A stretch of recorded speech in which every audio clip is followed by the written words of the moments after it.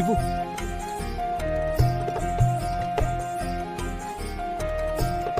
చిచి కాళ్ళ మీద కూర్చో కూర్చో.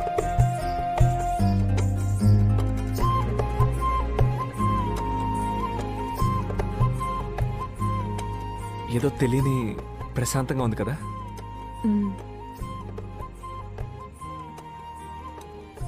మనం ఏదైనా మాట్లాడుకోవాలి. లేదు, ఎందుకు మాట్లాడుకోవాలంటే అది అరేంజ్డ్ మ్యారేజ్ కదా, మనం ఒకరినొకరు తెలుసుకోవాలి. నేను పెళ్లి చూపులకు వచ్చినప్పుడు నీకు నేను నచ్చానా?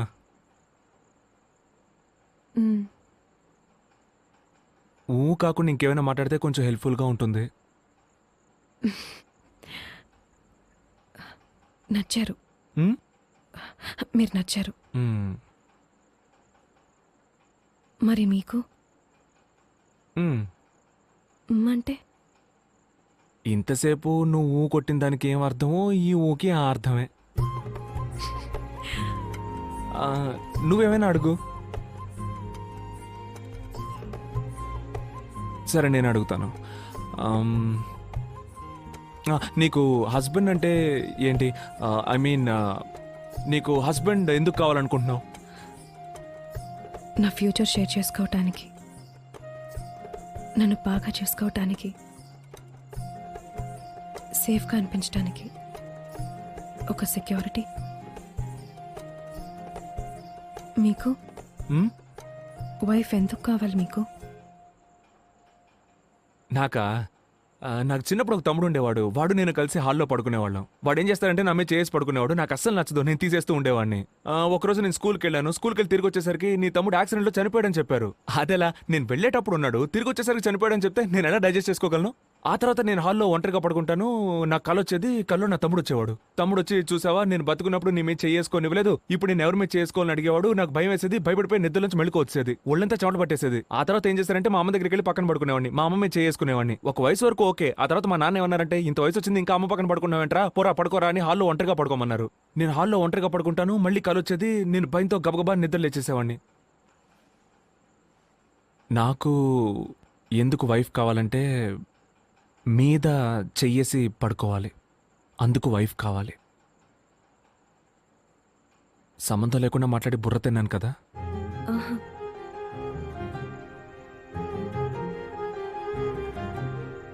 నీకు ఆకలేస్తుందా?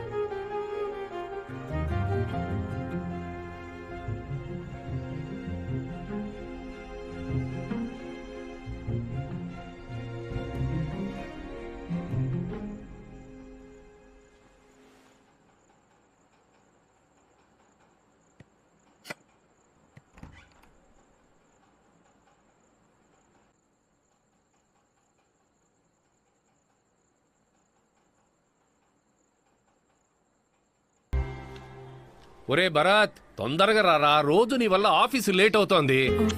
వస్తున్నా నాన్న, తొందరగా రారా. వస్తాడు, నీకేమీ తెలియదు. హలో, సరే సార్, ఎక్కడికి తీసుకురావాలి నేను చెప్తాను. అలాగే సార్, నేను తీసుకొస్తాను. ఒరే భరత్, వెళ్ళి రిజైన్ చేసి వచ్చేస్తాను. ఓకేనా? ఒరే, నాకు ఒక చిన్న పని ఉంది, నేను ఆఫీస్కి వచ్చేస్తాను, నువ్వు ఆటోలో వెళ్ళిపో. మరి కిందకు నేను రారా అని పిలిచావు? అదే ఒక్కరోజు ఆటోలో వెళ్ళరా.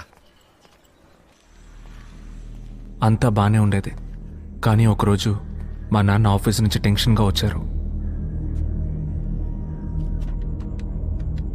ఏం జరిగిందో తెలియదు, చాలా డిస్టర్బ్డ్గా కనిపించారు. ఇంతకుముందు ఎప్పుడూ మేము ఆయన అలా చూడలేదు. నేను అడిగినా ఆయన నాతో ఏం చెప్పలేదు.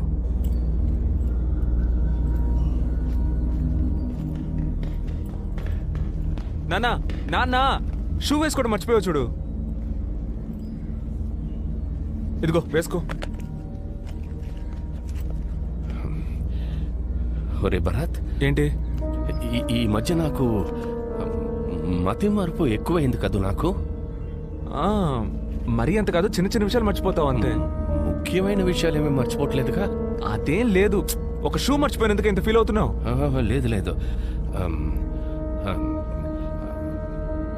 ఆఫీస్కి వెళ్ళే దారిలో అత్తయ్య వాళ్ళ ఇంటికి వెళ్ళి వెళదాం.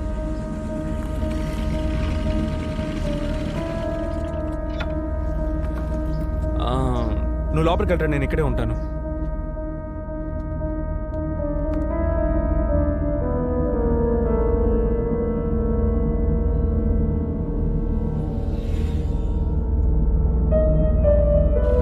ఏంటి పైన ఏదైనా ప్రాబ్లమా? ఆర్గ్యూ చేస్తూ ఉన్నారేంటి? అదేం లేదు భరత్, అది వేరే మ్యాటర్. నువ్వు పోనీ. సరే ఓకే. సార్ సార్ మిమ్మల్ని లోపలికి పిలుస్తున్నారు.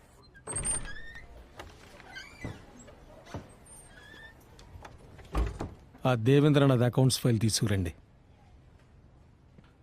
సరే సార్.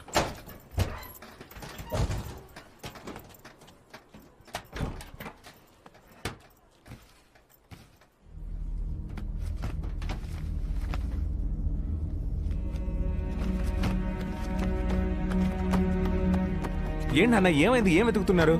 ఒక ముఖ్యమైన ఫైల్ రా, లాకర్లోనే పెట్టాను కానీ ఎక్కడ పెట్టారు? ఎక్కడైనా పెట్టి మర్చిపోయారా ఏంటి? నాకేమి మతి మరి. నువ్వు వెళ్ళరా. ఎందుకు టెన్షన్ అవుతున్నారు? మెల్లగా చూడండి, నేను వెతుకుతాను. ఏంటన్నా ఫైల్ దొరికిందా? అది నాకు తలనొప్పిగా ఉంది, ఇంటికి వెళుతున్నా.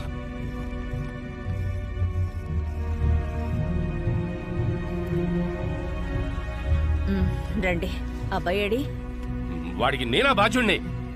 ఇంకా ఎంతకాలం అని? వాడేమైనా చిన్నపిల్లాడా? వాడికి పెళ్లి కూడా అయింది. బాధ్యత తెలిసిన వాడే. వస్తాడులే. ఈ ఫైలు జాగ్రత్త ఎక్కడైనా పెట్టు, మర్చిపోతావు. మర్చిపోకు.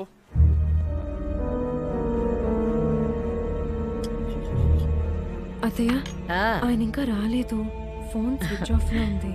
ఆఫీస్ నంబర్ రాసి పెట్టాను, వెళ్ళి ఫోన్ చేయి. వెళ్ళు.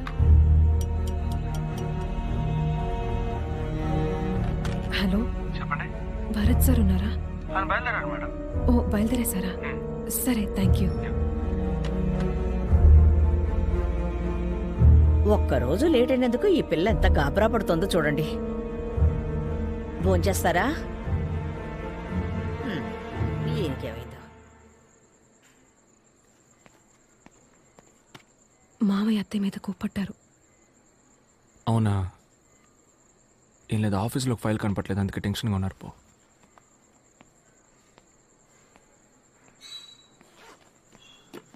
ఏంటి నాన్న నీ మీద కోపడ్డారంట? వదిలేరా, ఏదో ఆఫీస్ టెన్షన్ అయి ఉంటుంది. ఆఫీసులో టెన్షన్ అయితే నిన్నారు వాళ్ళ. రేయ్, ఊరుకోరా, నీకెందుకు? నువ్వు వెళ్ళు. నీ పెళ్ళం నువ్వు ఇంకా ఇంటికి రాలేదని తెగ బాధపడిపోతోంది. ఒక్కటి ఏంటి? ఇచ్చానంటే ఏయ్, వెళ్ళు వెళ్ళు. వెళ్తాంలే. పంజుడు పంజుడు. ఆ.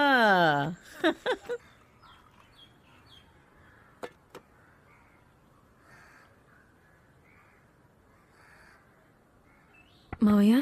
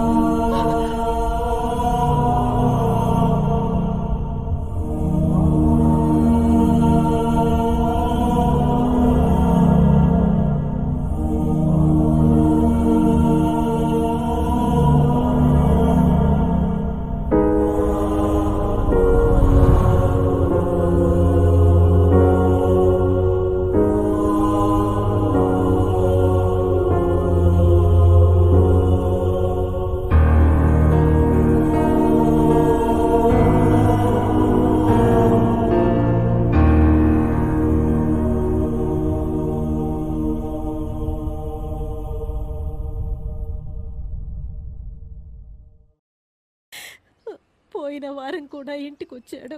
ఎక్కడో పెట్టి మర్చిపోయానని నాతో అన్నాడు.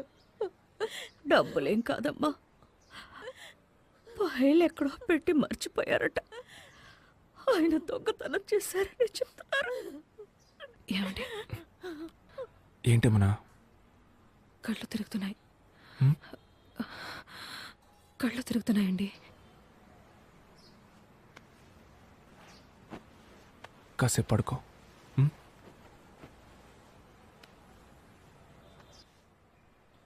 సార్ రండి. సారీ. రండి కూర్చోండి సార్. పర్వాలేదు, నీతో కొంచెం విడిగా మాట్లాడచ్చా? ఫైల్ గురించి నీతో ఏమైనా? లేదు, మా నాన్న అలాంటి వారు కాదు సార్. అయ్యో, ఆయన గురించి నాకు తెలుసు భరత్. ఆయన గురించి తప్పుగా మాట్లాడితే అంతకంటే పాపం ఉండదు. బట్ అడగడం ఎంతైనా నా బాధ్యత. మ్మ్. ఆయన బ్యాగ్ ఏదైనా తీసుకొచ్చారా? బ్యాగ్? ఏం బ్యాగ్ సార్? డబ్బు ఏమైనా తీసుకొచ్చారా అని నా లేదు సార్, మీరు ఆయన ఫైల్ అమ్మేసి డబ్బు తెచ్చుకున్నారా అని అడుగుతున్నారు అంతేగా. కాదు భరత్, అడిగానంతే. ఆయన ఈ ఫైల్ పోగొట్టినందువల్ల ఈ పెన్షన్, ప్రావిడెంట్ ఫండ్ ఏమీ రావు. నిన్ను ఉద్యోగంలోంచి తీసేయాల్సి వచ్చింది. తెలిసింది సార్. I'm sorry Bharat. నీకేదైనా సాయం కావాలంటే నన్ను అడుగు. సరే sir, thanks. Take care Bharat.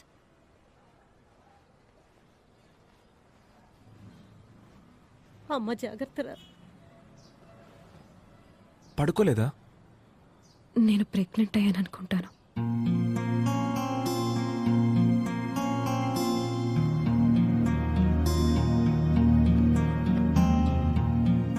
Suicide ఇల్లుని అందరూ అదోలా మాట్లాడుకుంటున్నారు. అంతేకాకుండా ఫైల్ దొంగిలించారు, అది ఇదని న్యూస్ లో వచ్చింది. ఇరుగు పొరుగు వాళ్ళంతా అదోలా మాట్లాడుకుంటున్నారమ్మా. అందుకే మీరు ఓ వారం రోజుల్లో ఇల్లు ఖాళీ చేస్తే బాగుంటుంది. ఏమయ్యా, సడన్ గా ఖాళీ చేయమంటే ఎక్కడికి వెళ్ళాలయ్యా? మేము భరత్ సరిగ్గానే అద్దెస్తున్నాగా. వద్దయ్యా, నేను కూడా ఇక మెదట ఈ ఇంట్లో ఉండలేను. సరే.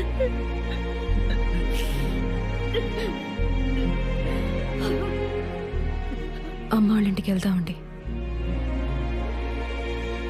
ఎంత పని చేశారండి ఆయన. పోనీ ప్రాబ్లం ఏంటో చెప్పారా? ఏమీ చెప్పలేదే. చెయ్యను.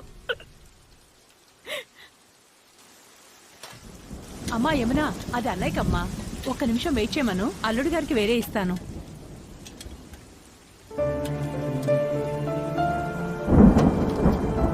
మనం ఇంకోంటికి వెళ్ళిపోదామండి. ఇవాళ్ళే. మీకు ఓకేగా?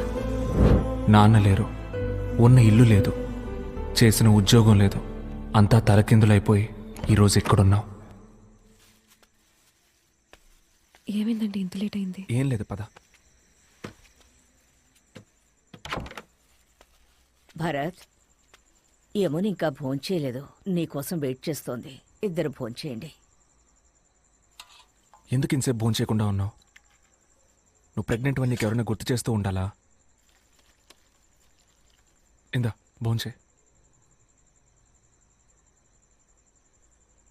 ఏంటి?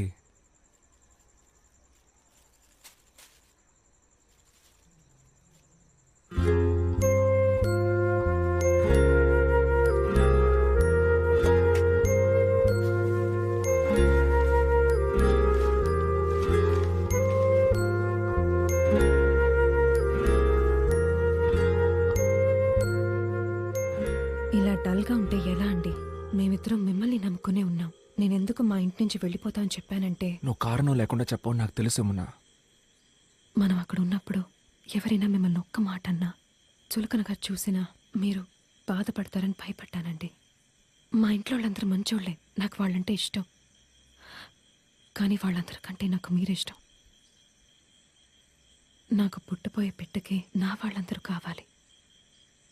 అందుకే నేను నిన్నేమీ అడగలేదు కదేమన్నా. అదే ఇంకా బాధగా ఉంది. మా అమ్మ నుదుటి మీద బొట్టు లేదు. నేను తండ్రిని కాబోతున్నాను, కనీసం నవ్వలేకపోతున్నా.